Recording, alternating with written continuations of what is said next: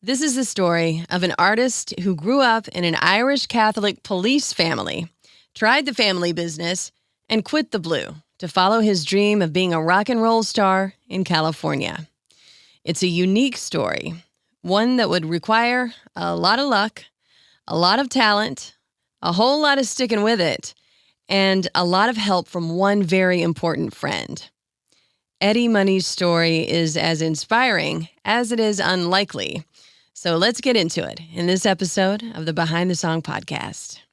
If you like this episode, give it a thumbs up at the end and don't forget to hit subscribe. Edward Joseph Mahoney was born in New York City and grew up in Levittown on Long Island, where his father relocated the family when he was a young boy. His father, brother, and grandfather were New York City police officers. And after graduating high school in 1967, Eddie joined the NYPD himself. One problem: they wouldn't let him grow his hair long. And another, he had been playing in a band since high school, and music was what he decided he now needed to pursue full-time.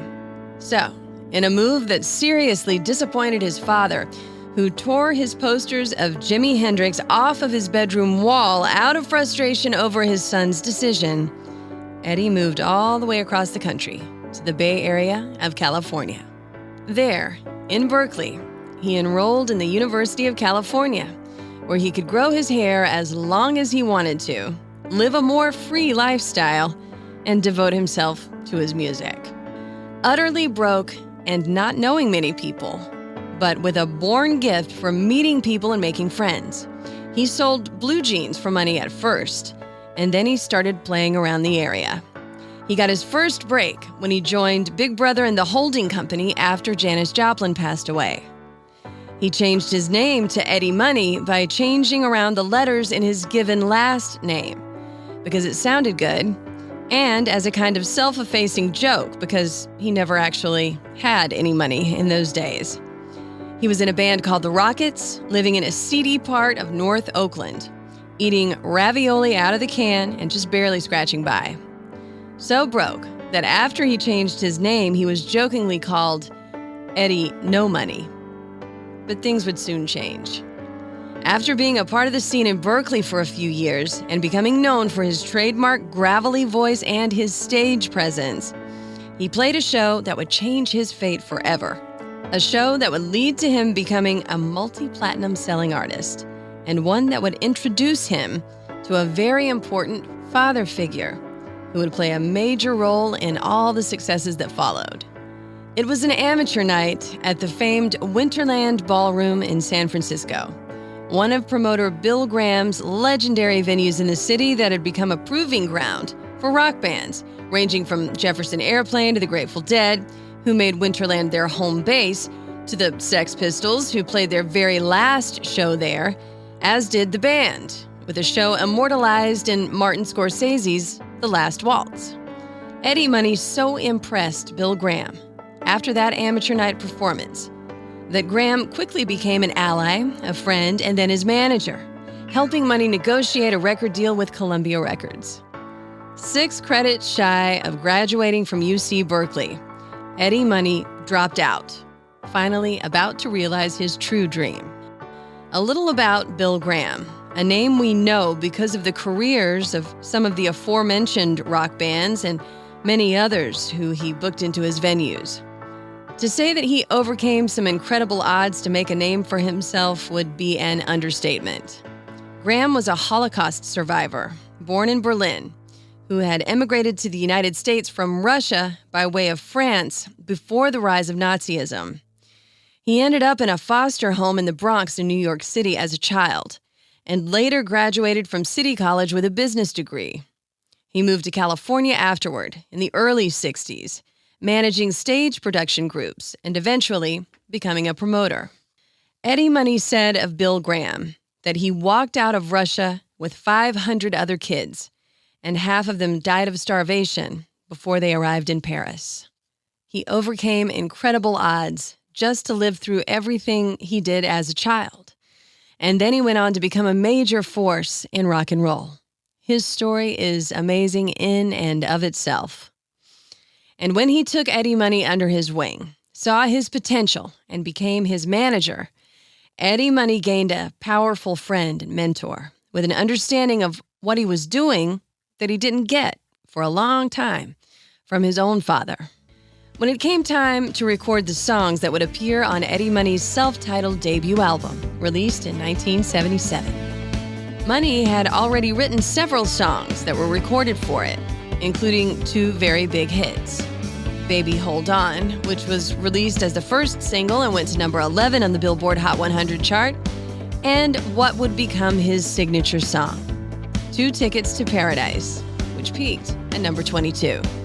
Two Tickets to Paradise was written for a girlfriend he was dating while at UC Berkeley, a sorority girl with a mother who strongly disapproved of Money, who, at that time, was working at JCPenney in between taking classes and playing in bands. He said that the song is a state of mind, an escape to anywhere when the odds seem stacked against you. He said he wrote it about taking the girlfriend on a bus ride up to the Redwood Forest, but that it could be anywhere that represented a little break from reality. The lyrics are simple. The chorus repeats. It's not very long. Eddie Money and the band do a great job of getting the emotional tone of the song through. The punchy roughness of just wanting to escape. The lyrics go like this. I've got a surprise especially for you. Something that both of us have always wanted to do. We've waited so long. I'm going to take you on a trip so far from here. I've got 2 tickets in my pocket. Now, baby, we're going to disappear. We've waited so long. And then the chorus, I've got 2 tickets to paradise. Won't you pack your bags? We'll leave tonight. It's the simple promise of this song that makes it so endearing, because who among us hasn't wished to get away from it all at one point or another? When it came to the music and recording his debut, Eddie Money was surrounded by a killer team.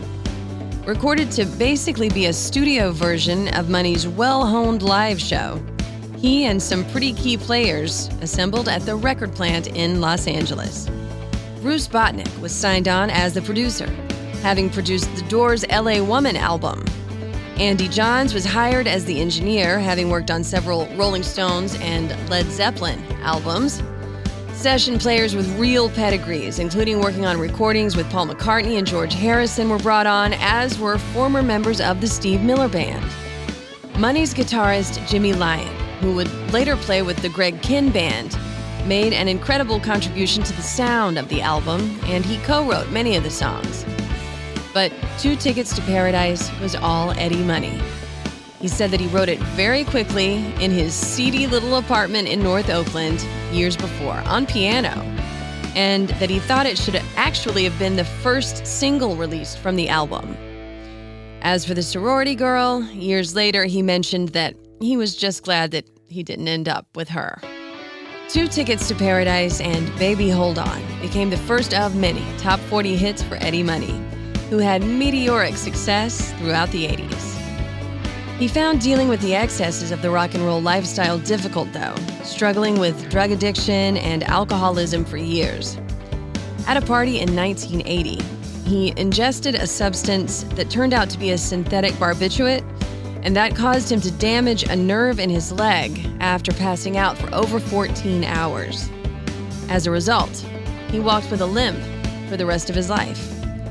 And that event did give him some pause when it came to his lifestyle, but he only fully stopped after promising his wife and family that he would, much later in the 2000s. He reignited his career with Take Me Home Tonight in the mid-80s with Ronnie Spector, who he convinced to come out of retirement to sing on the song for his 6th album, which went platinum. When Bill Graham died, shockingly, in a helicopter crash in 1991, it really hit Eddie Money hard. Graham was flying from a Huey Lewis and the News concert on a rainy night when the helicopter hit a tower. And Money said afterward that he had lost the man who was like a second father to him in that crash. It took Eddie Money's own father years to fully grasp the fact that his rock and roll son was actually a success. And Money said that it was only after spending time with him on tour and seeing the ins and outs of what it takes to be a rock star, playing shows for hours on end, signing autographs, meeting people, doing interviews, which, by the way, Eddie Money was known to be very good at, employing that gift of gab that he was known for. Did his father ever really accept his son's decision to leave the police force? Money was married twice, and he had 5 children. His album sold in the multi-millions, with his self-titled debut being his biggest seller.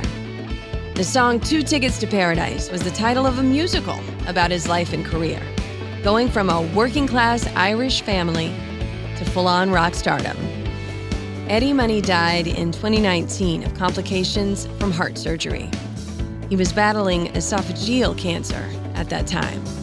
When he was diagnosed, he said, "I've been to jail, I've been to college, and I've been to rehab. What haven't I done? It was an amazing time. I was a rock star, and I had a blast." And his story is incredible, made possible by talent, moxie, and luck, and fueled by the idea that we all have when we're young and seemingly invincible, that nothing can stop us if we just give it a try. I'm Janda, and this has been Behind the Song. Special thanks, as always, to Christian Lane for the music you hear on these podcast episodes.